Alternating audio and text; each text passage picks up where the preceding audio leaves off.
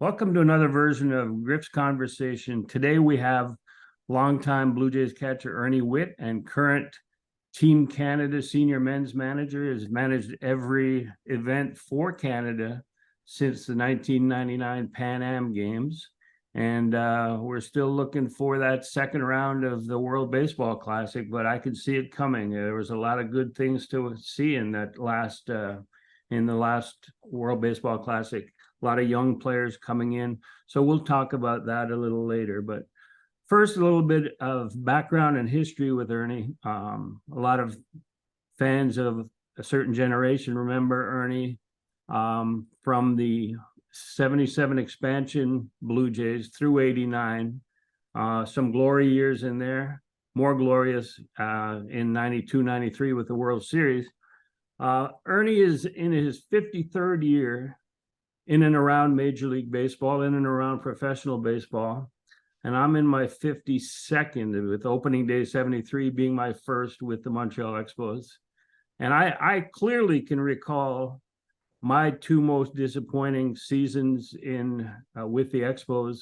That would be 1981 with Rick Monday's home run that in Game 5 against Steve Rogers that sent them to the World Series instead of the Expos. And 94, the baseball strike that had the Expos leading the NL East and pulling away from the Braves. That's why I never consider the Braves streak legitimate of winning the division, because they were way behind that year and they weren't going to catch up.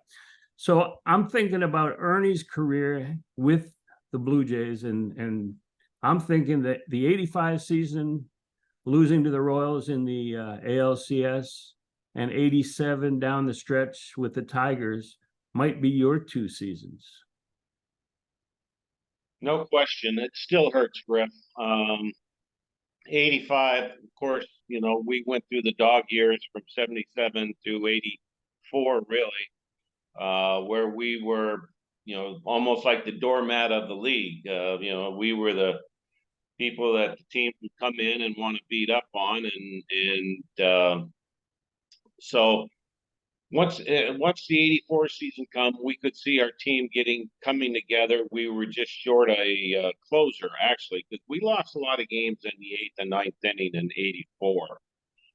So I think the organization did a real nice job of going out and acquiring some good relief pitchers, Gary Lavelle, Bill Cottle, and also acquiring Tom Hinkie, who came on later in the 85 season that really put us over the hump. And it was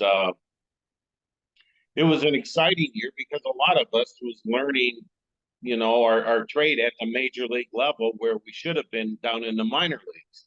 So to see everyone kind of coming together and gelling, and actually I can still remember, George Bell catching that ball in left field on the final out against the Yankees on that Saturday afternoon.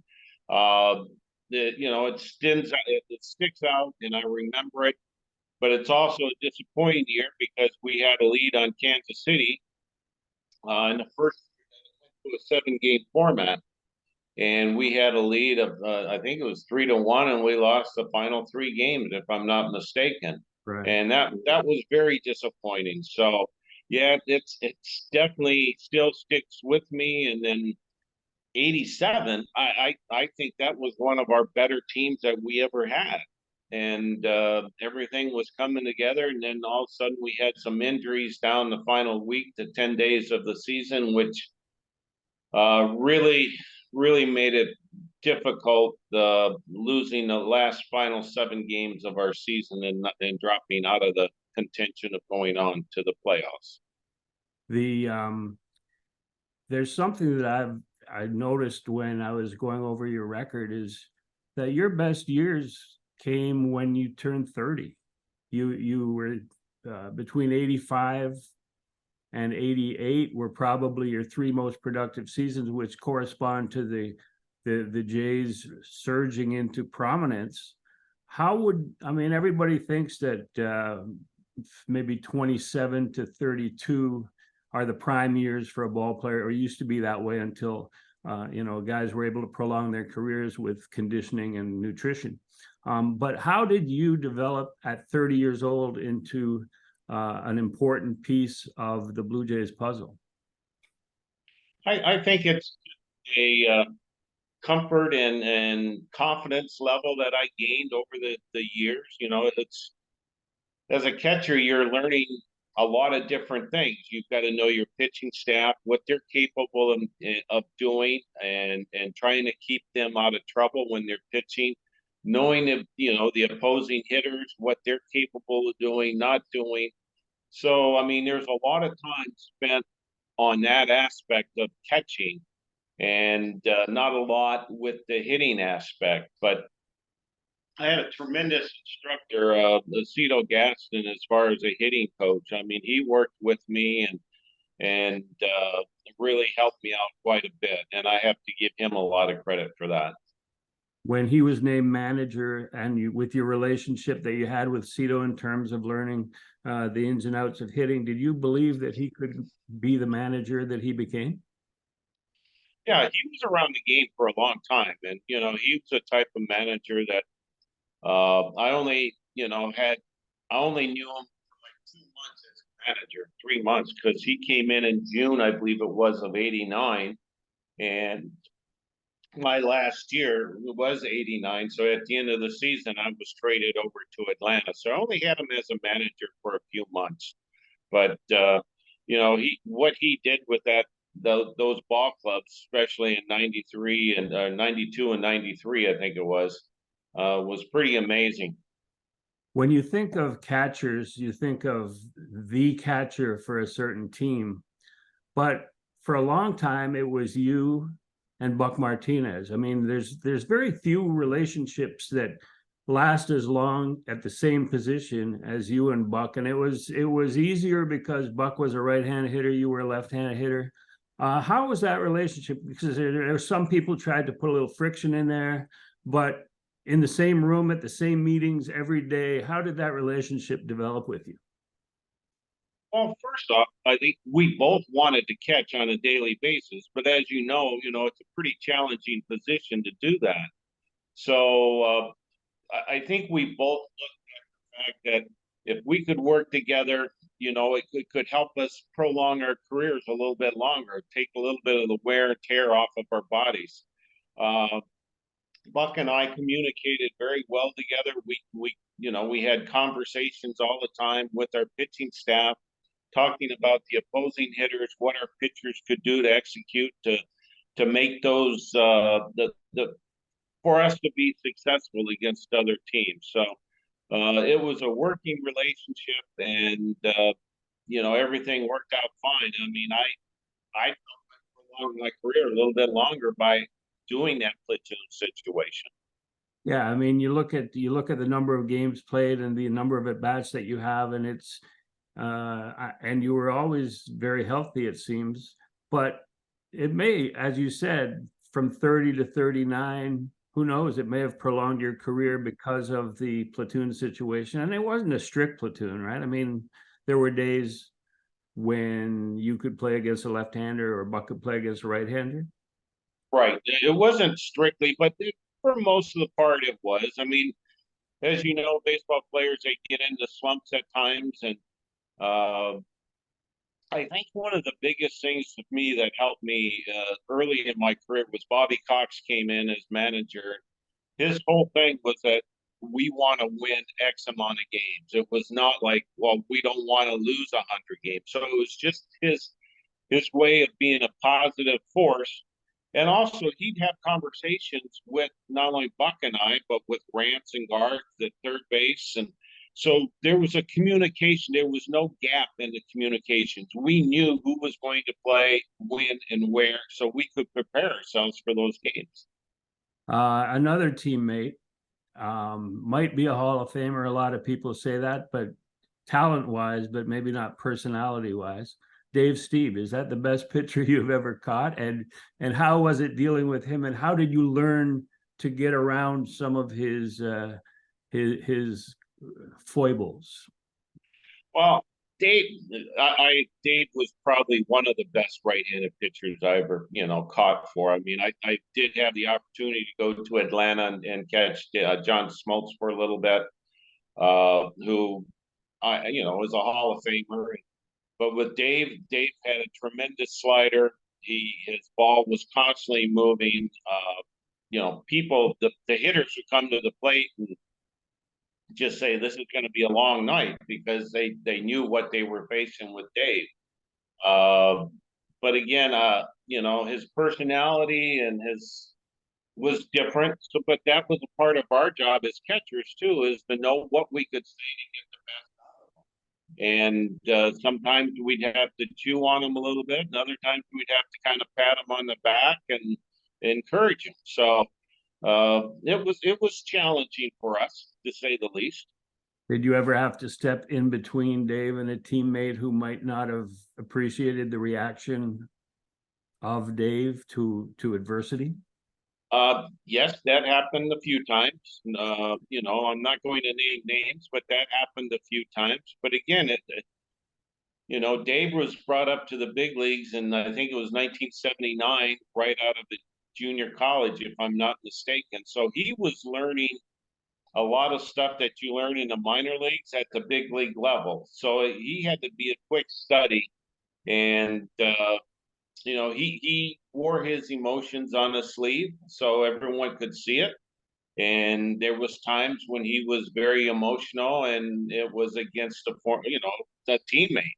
So again, those are things that we try to correct behind closed doors and straighten things out. Yeah, I think I know that he was primarily a college outfielder when the Jays scouted him, but Bobby Maddock and Al Lamacchia saw so much in his arm, and he would come in for short bursts in late innings for his team that they said, hey, we're going to draft you, but we're going to draft you as a pitcher. So when you talk about him having to learn on the fly, certainly that magnifies the job ahead of him and ahead of you guys in helping him through those situations. Jimmy Williams just passed last week, or about a week ago, and he was your manager for a while. You are now managing Team Canada and have been for 25 years. What were your memories of Jimmy Williams? And beyond that, what managers that you've had did you sort of pick a little bit of knowledge and experience from to help you with your Team Canada duties? That's a good question, Griff. I think I would go back to start with Bobby Cox. I liked his communication style. I liked his sternness. It was like he would be there to back you up 100% as long as you gave 100% on the field. He did not tolerate anyone that was not going to give them their best. He understood also, because he was a former player, that you're not always going to have good games. You're going to have some bad games, but for you to go out in the battle, try to battle through those games when you're not at your peak. So I learned an awful lot. I think a lot of my style is conducted by him or through him. Jimmy Williams was just a tremendous baseball man, probably the best third base coach I've ever seen. His knowledge of positioning, his knowledge of fielding, um, was second to none. And I felt sorry for Jimmy a few times when he was managing with Toronto, because he was put into some tough situations. Later on, and after George Bell won the MVP in 1987, come to spring training, and all of a sudden they want to make him a DH. Which they felt that their thoughts were that we would have better defense if they put a couple other younger kids out there that can cover more ground and just convert George into a DH. And It's awfully hard to do when you win the MVP the year before. All of a sudden, you're taking some of your, your duties away from you, and George took that very hard. So there was a lot of conflict that was going on, a lot that was out in the media, but there was an awful lot behind closed doors also. And so I don't think that that was strictly Jimmy's decision to, to make George into a DH. But and Jimmy did have time at times had a hard time of, people questioning his some of his moves that he made. Jimmy was a long-time manager in the minor leagues and was very successful. But I look at Jimmy as just a tremendous baseball man with tremendous knowledge, and he's he was.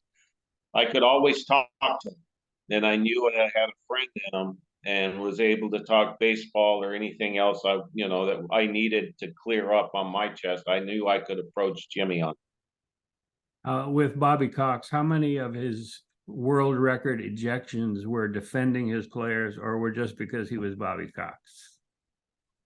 You know what? I would.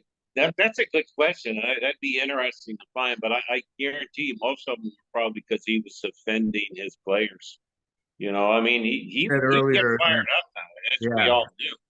But he did a lot of it was he was defending his players. And yeah.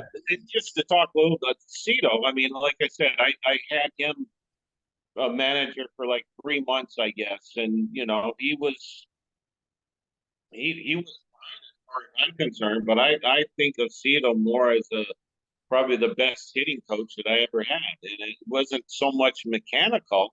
It was more of how I approached how that pitcher was going to try to get me out and the ability to look for different spots where they're going to try to execute to get me out. And so my game planning with Cito was by far outstanding.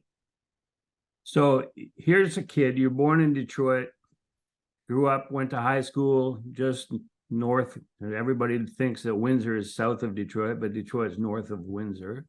So you grew up just north of Windsor and went to a small college there. So you're aware of Canada. You're aware of the country, maybe from watching a little CBC TV growing up or whatever, watching some hockey games. But tell us about the encounter with officials from Team Canada, and who was it at the time who suggested that in 1999 for the Pan Am Games that you could be that manager? Yeah, it kind of came out of the blue. I mean, I don't know how the conversation started, but I was kind of told that Baseball Canada started to get into using professional athletes in their program. And I think the conversation went, well, if we're going to use professional athletes, we better get a professional coach. And I don't know whether I was the first choice on that, but I think maybe Cito was approached, maybe Jimmy Williams was approached. But when they approached me, it was Kevin Brion at that time that had approached me and asked if I'd have any interest in managing Team Canada. And I mean, that was, like I said, I think that was in the summer, maybe spring of '99. So, I mean, this was all new to me also because at that time, I was the catching coordinator with the Blue Jays working in the minor leagues. So when they asked me, I said, well, I'm going to have to get permission from the Blue Jays to, give me that time off to work with Team Canada and go and represent Canada in the Pan Am Games. So that's how it all started. So it was Kevin Brion, and then the following year, that's when Greg Hamilton came into play.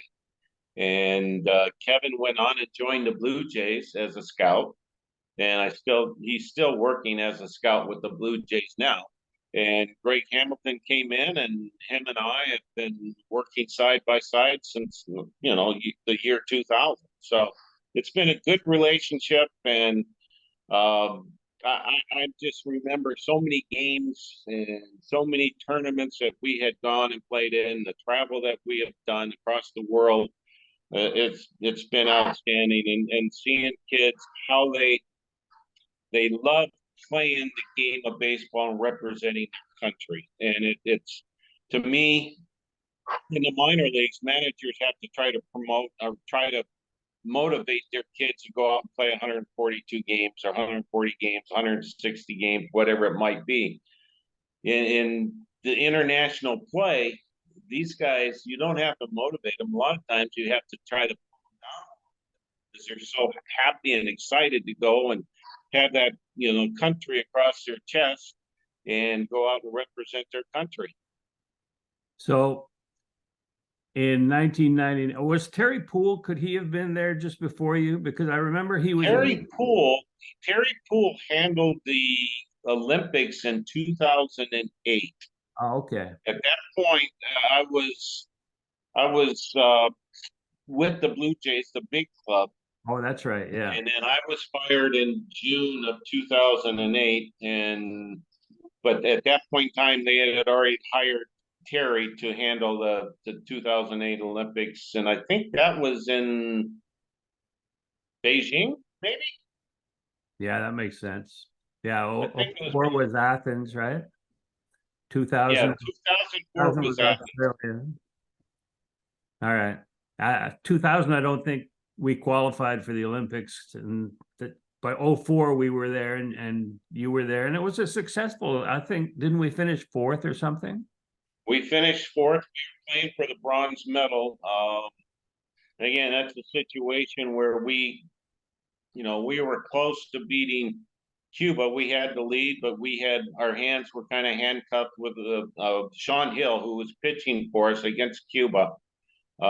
We had to take him out of the game because he had reached his pitch limit, which I think was like 80 pitches, and we were in the eighth inning.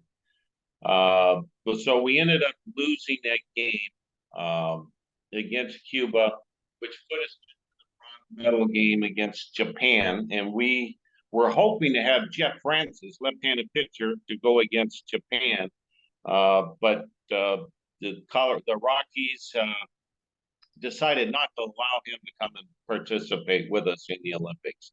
They said they were going to bring him up to the big leagues during that time, which was fine with us. But then after the Olympics, we find out he's still in the minor leagues, and all of a sudden I got a little bit of a red butt.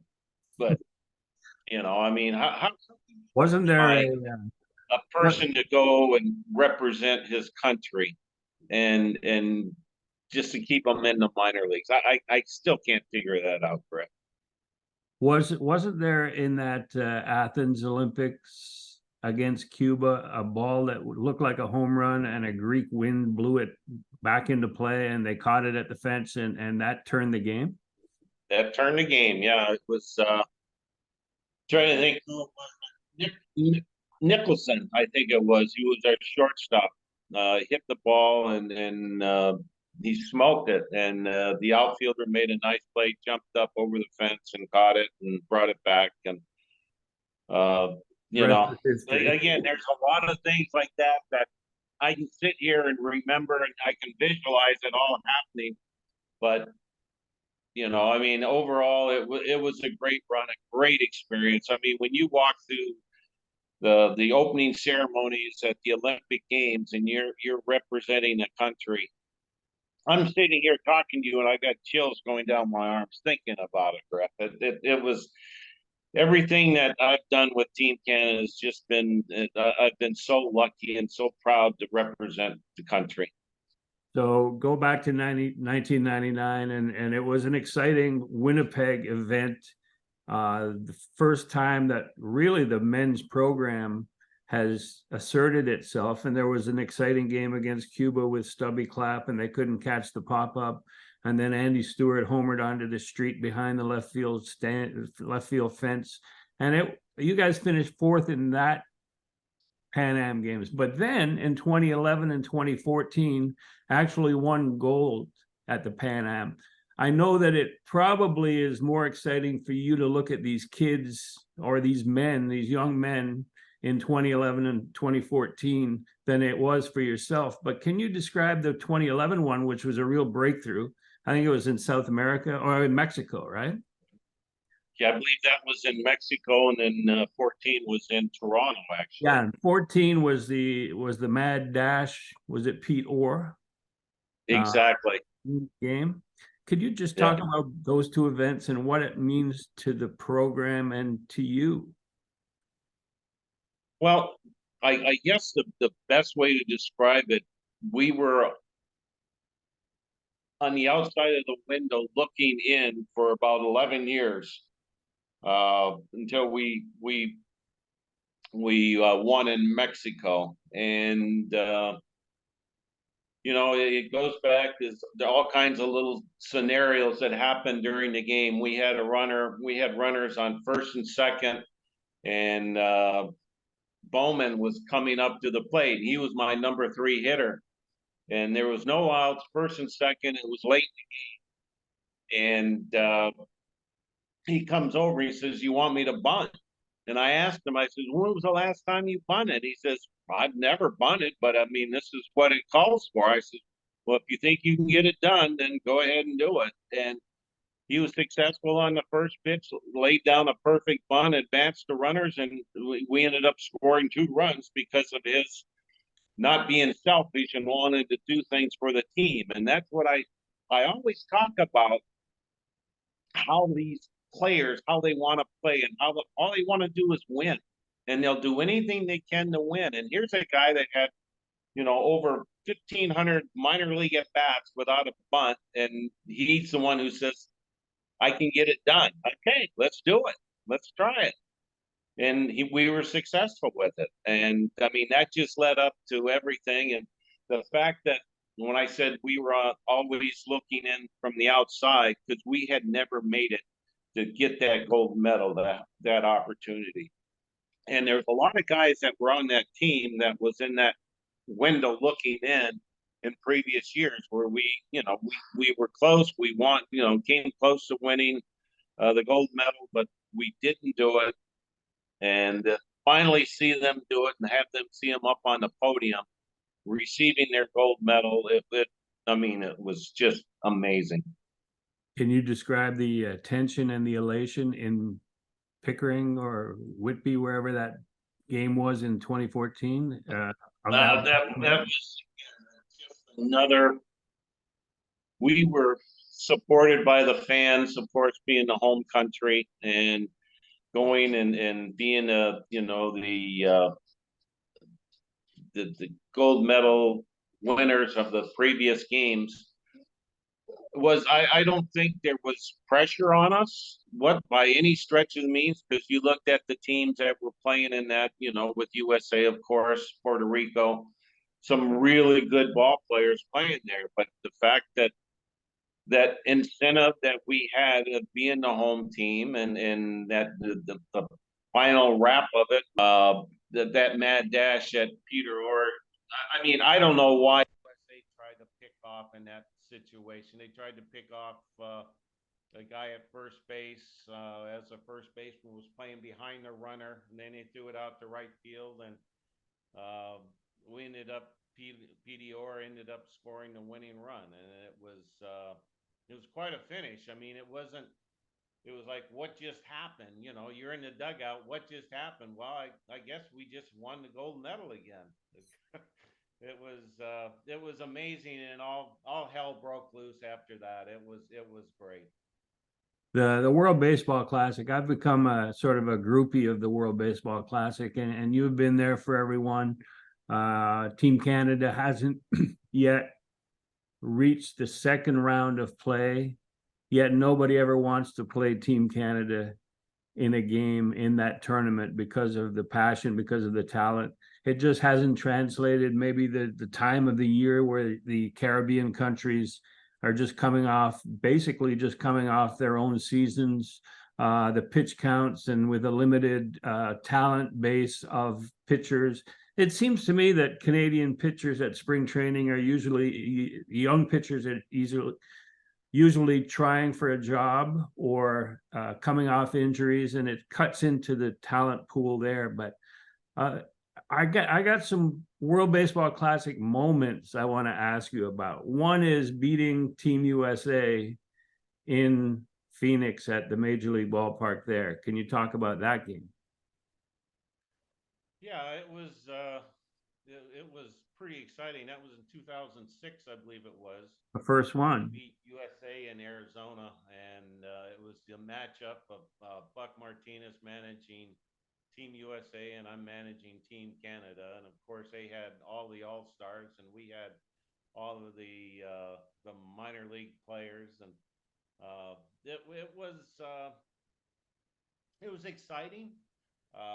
You know, our kids, as I said, they played their butt off, and our pitchers threw extremely well, and it was like I remember Adam Lowen started that game against USA, and he got in trouble in the first inning, and I walked out, and the bases was loaded, and A-Rod was up at the plate, and I went out and I just simply asked him. I says, "Do you know who's hitting?" And he said to me very calmly, he says, "It doesn't matter." I said, "Okay, let's go get him." And he ended up inducing, I believe it was a double play, and we got out of the innings without them getting any runs, and that was like a little bit of a momentum swing. And all of a sudden, we jumped on Dontrell Willis, who started for the USA team that year. And I think the final out, Chase Utley to the wall was, am I remembering correct? That's correct. Yeah, he thought he hit a home run there at in Arizona at their big ballpark, and Adam Stern went up and made the catch up against the wall, and then of course Utley slams his helmet, and of course I see Utley every now and then because he was with the Phillies, and so for years he had to wear it. I says, you know, you just don't have the power to hit the ball out of the ballpark, and so we joked about it, but that was a great win for us at that point in time. Ernie, can you see if you can get a little more volume on your end? I'm sorry. Can you get a little more volume on your end? Can you see? See what I can do here. I'm maxed out here, Richard. Okay. All right. Yeah, I can hear you. It's just it diminished in volume at some point, but we're good. Another game that it might have been the day after the U.S. game, playing South Africa at one of the spring training facilities, and that was a nail biter right to the very end, and they were relying on teenagers, and their best player was like a 17-year-old shortstop, but yet your team came through when it needed to. How much of a nail biter was that in the dugout? That was we were very nervous. I was very nervous. Let's put it that way. I mean, I never liked going into a game where, you know, we're so-called the favorite, because anything can happen in a game. You know, that's why you play the game. And I remember, I think it was the bottom of the ninth inning, we hit a fly ball to the center fielder, and the center fielder dropped it. He misplayed it, and that was at Scottsdale Stadium, where I think the Giants used their spring training site at that time. And if he catches a ball, we lose that game. So it's just amazing. It's difficult to play teams that are coming in for the first time, and you are so called the you know, you're the dominant team and supposed to win. I don't like having that where we're supposed to win, because it's very difficult to get the team motivated and to keep them up for 9 innings. There was another game in Arizona, different World Baseball Classic, the brawl with Mexico. I think a lot of people don't understand that run differential is a big tiebreaker in the World Baseball Classic, and some of the Mexican players, especially the third baseman, didn't appreciate the fact that you were putting up more runs in a game that was, I think, I don't know if it was out of reach. It never is in those things, but I just remember the dugouts clearing, and I've never seen a brawl really. Usually they're just standing around, but this was, I mean, there were bottles whizzing by Denny Boucher's head, and Talk about your memories of that. I remember your post game where you were trying to explain that the run differential is a difference maker. Yeah, as you were saying, it is a run differential, something that I don't like, but I guess they have to have something to, when you get into a tie situation and in a short series, to break the tie. And we've been involved in a number of tie breaking situations where, you know, we've been on the short end. I think the biggest thing was the manager with Mexico didn't explain it to his team properly, and so, you know, they thought that we were trying to rub their nose in it, which that was the last thing that we would ever do. As you said, the game is never out of touch in these situations, but it was, you know, it was a bunt situation. What I tell my players that we want to play every inning as it's 0-0. And if you do that, then you're playing the game the proper way, and it's you know, you should expect whatever you get. That was not explained to the Mexican team. It was a very unfortunate incident that happened.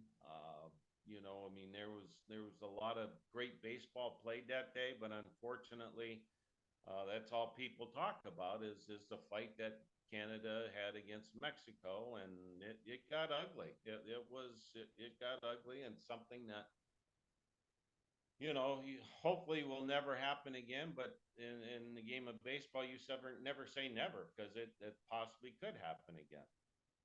I remember in the World Baseball Classic in Miami, and the crowds, the Latin American crowds that supported their teams in that tournament, that for those major league players, that's like a World Series. And the advantage that you have in most tournaments is that your kids, your men, play for their country and all the time, and they treat it as important as that. But in the World Baseball Classic, every country does that. And the talent level is much higher and more concentrated. Your teams have always struggled to get out of the first round, haven't got out of the first round. But looking at this last World Baseball Classic, I mean, strength up the middle is something you've always missed. Catcher, second base, shortstop. You've got Edouard Julien stepping up. You've got Owen Casey in the outfield. You had Cal Quantrill and Matt Brash. You got the Naylor brothers ready to go. Damiano Palmigiani showed something at that tournament. Are you as excited about this group moving forward as you have been since you took that job? I am. I think last year, I think our younger players stepped up. I've said all along that we can compete if we had all of our players come and want to participate in the WBC. Unfortunately, as you mentioned earlier in the broadcast, you were talking about, you know, players that are trying to make a team out of spring training, and if they're not there, they get, you know, they kind of get pressures from coaches too, that, you know, you're not going to make the team if you're not here competing for a job. So, I mean, the players are under pressure, and some of them have to make those decisions. And I respect that. Unfortunately, that's not supposed to happen. But, you know, it's supposed to be sponsored by MLB, and all the players that want to play should be able to play and have no consequences going against them if they do decide to go and play. But I think the last WBC we had last year, with the younger players, they really showed themselves well. I can only imagine that they're going to continue to get better as they grow in their career. And that being said, if they decide that they can play, and we get together again in 27, I believe it is, we should have pretty good representation, and hopefully we'll get past that first round. In addition to being a WBC groupie, I'm also a big fan of the Baseball Canada banquet every January, and I know you're there most banquets. But to see what you're talking about, to see guys from different generations of Team Canada that you've coached and managed, and to see them all come together and represent Baseball Canada at that banquet, and all have had the same goal. They're all different generation, different ages. But how satisfying is that for you to see the camaraderie and the national pride that takes place every January at that banquet? Griff, all I can say is that it's awesome. It's awesome. These guys give it their time. They travel thousands of miles, in the winter months to come to Toronto to celebrate one night and fundraise for the programs, not only the senior program, but also the junior program. And I think it's just a culture that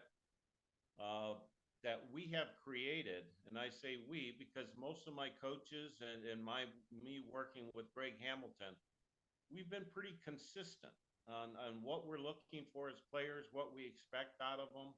And we seem like we always have veteran guys on the team that help guide our younger players too. And it just makes for a great atmosphere. And you talk to the guys at the dinner and they can't wait until the next tournament that we're involved in because they're so anxious to get out there to represent their country. Well, what do you think of the fact that Freddie Freeman played one World Baseball Classic and then with an opportunity to maybe play for USA or whatever, came back, opted to come back and play again for you? I mean, you get Joey Votto, he's played. You get Larry Walker coming back to coach, to be a hitting coach, and who knows how much of a hitting coach he was. He was one of the most natural players I've ever seen. So I don't know if you can communicate that, but just to see these heroes of the game choose to be with you in the dugout, is that as rewarding as anything that happens? It's rewarding that I have the opportunity to be in the same dugout with these players. I mean, they're just some great players. As you said, Freddie Freeman, he's just a class individual, and he's playing, and the communication is there with him along with everyone else. And you get Larry Walker that comes in and gives up his time and talks to the younger players and communicates with the younger players. It's just, to me, I give a lot of credit to Greg Hamilton and what he's done with this program, not only with the senior program, but the junior program, because, again, a lot of these players that we're getting now has come up through our junior program, and it's a feeder. It's a grassroots program that they're feeders into the senior program. So I like where we're at. I like the direction we're going, and I don't know how much longer I'm going to do it, but Greg and I have just we've talked a few times, and Greg says, as long as I'm here, I've got a job. So I don't know. We'll see. I mean, I love the game of baseball. I love communicating with the players. I love getting to know what they're capable of doing and not doing, and trying to put them in positions where they're going to be successful. And I think that's what any manager can do. When you were roving in the minor leagues and when you were managing in the minors, was there a special, when you saw one of these guys who has played for you or that is Canadian, is there a special handshake, a hug that just naturally happens when you see them? How happy are you that these guys are all moving up in their organizations? Oh, I watch them all the time, Griff. I follow them on the internet, and when I do cross paths with them, they get the big bear hug. That's what they get, and I'm excited to see them, and hopefully they're excited to see me, because I just love watching their careers and watching them develop and become major league players. Well, congratulations to you, and moving forward, let's get to round 2 and see what happens from there. Also, kudos to Greg Hamilton for sticking with you from 1999 to now, and the consistency that you bring and the professional attitude and caring for your players that you bring to the dugout. And I look forward to seeing you this summer, Ernie. Thanks for joining me. Thanks, Griff. Always good talking with you. All right, terrific. Thanks. And thank you for listening to Griff's Conversation with Ernie Whitt, and we will talk to you next week. Thanks, Ernie. Okay.